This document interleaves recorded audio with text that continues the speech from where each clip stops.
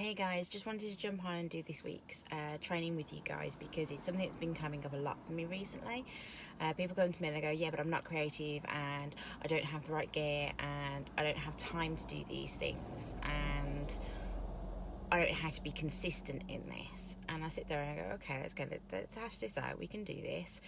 And what I actually find is there's two things they're missing. One is clarity on what they're actually looking for. What do they want to show? What's the story they're trying to tell?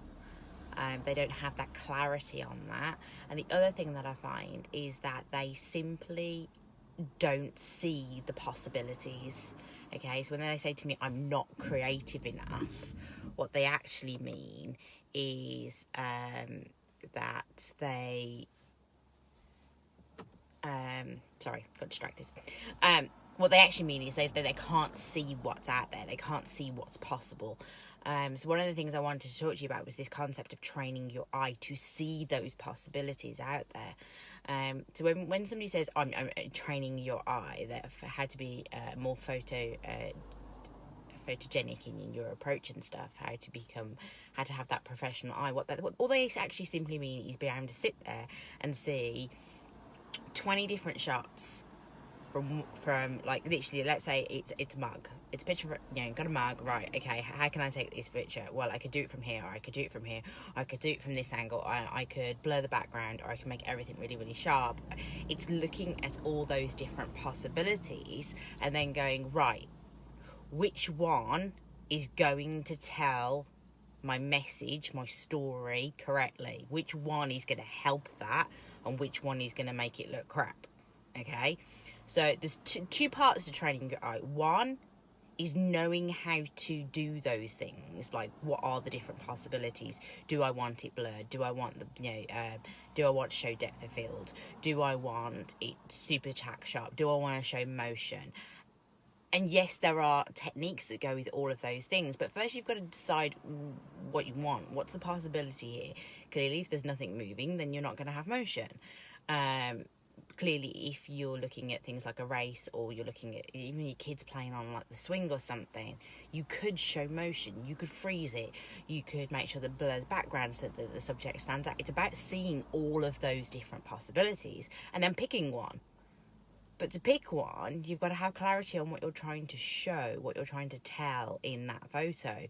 So it's about having that balance between the two of them, and then you'll get to that point where you go, damn, that's a really, really good photo because it matches those two things together.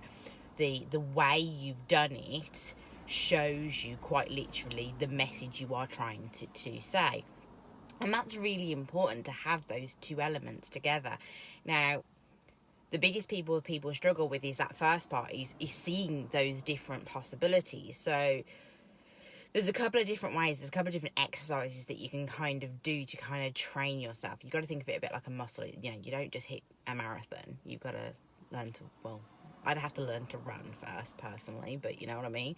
And you can't even think of it as in like baking, in terms of like, let's just throw all the ingredients together and it'll work out. Well, no, because if you don't put them in the right order and you don't bake it for the right amount of time, then it's not going to work, is it? So it's about that balancing act. So there's two things that you can do to kind of start the wheels turning on this. And I'm going to be doing a training next month on this, like a really big training on this to get you superly set up for it. So if you're interested in that, obviously let me know and I'll make sure that you get the link for that, because that is coming. But the biggest thing is seeing those possibilities. So one way you can do this is quite simply stop and think. Slow down.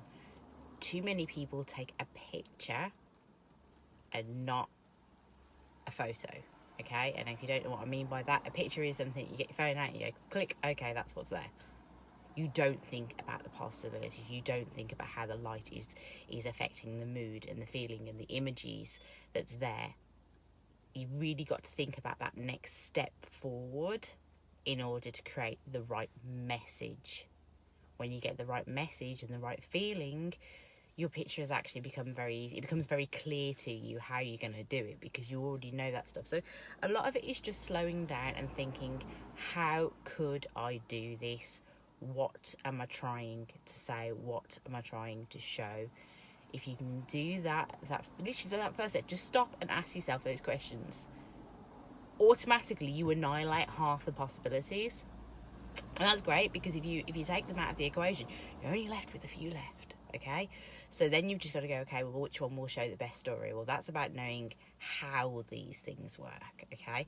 So if you're the kind of person where you know you're struggling with consistency in your visual content, and you know you want to be sending out the right feelings to the people that are seeing your artwork, and you know this is something that you think, oh god, yeah, I really need to do this.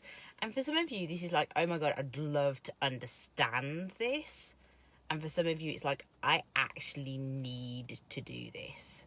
They are two different sets of people, okay? Both I work with, both I'm quite happy to help you guys out with, but that is the reality of those two sections. But for a lot of you, you need this, but it's a bit like putting the bins out. You're like, I know I gotta do it, but do I really want to do this right now?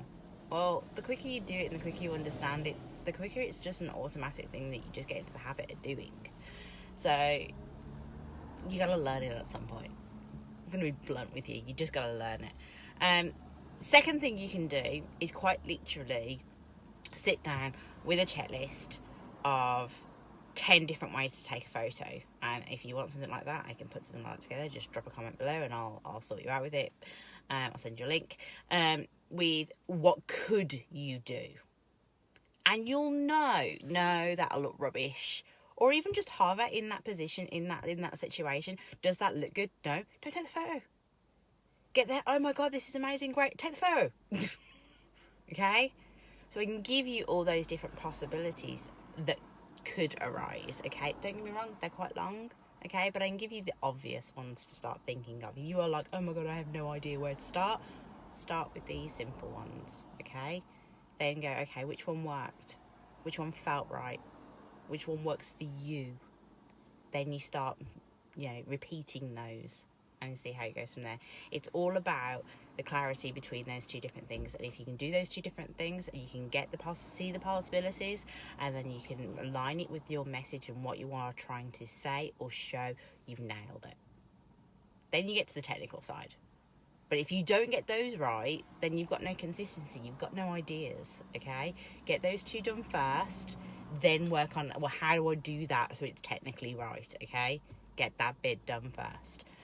Right, I'm going to go get Jack.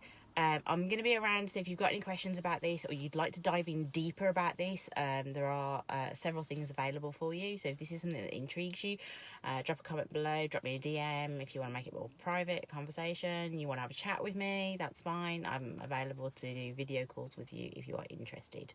And I will see you tomorrow.